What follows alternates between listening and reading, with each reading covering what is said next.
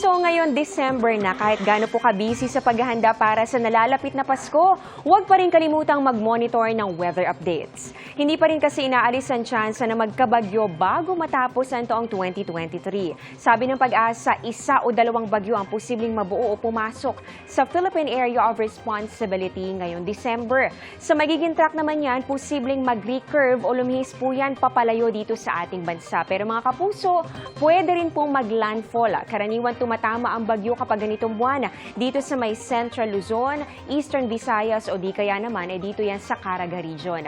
Pero posible pa yung magbago kaya patuloy po nating tututukan.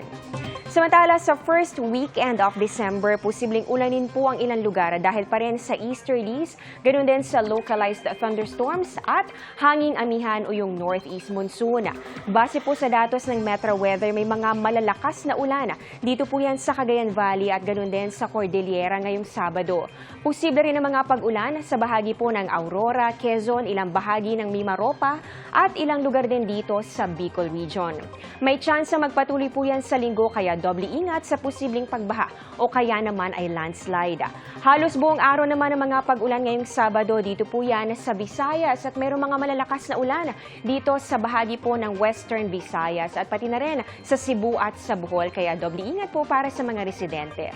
May ulan din po sa linggo pero bahagya namang mababawasan yung mga matitinding buhos ng ulan. Sa mga taga Mindanao naman, may ulan dito yan sa Caraga, pati na rin sa Davao Region at ilang bahagi ng Zamboanga Peninsula sa Sabado. And by Sunday naman mga kapuso, halos buong Mindanao po ang makakaranas sa mga pag-ulan.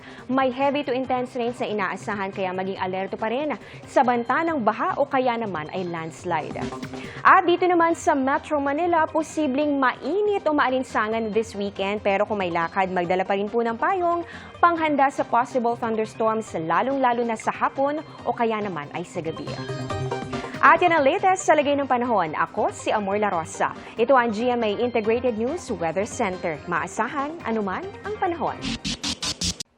Mga kapuso, kasama nyo kami anuman ang panahon. Mag-subscribe sa GMA Integrated News sa YouTube. Para sa mga kapuso abroad, bisitahin ang GMA Pinoy TV at www.gmanews.tv.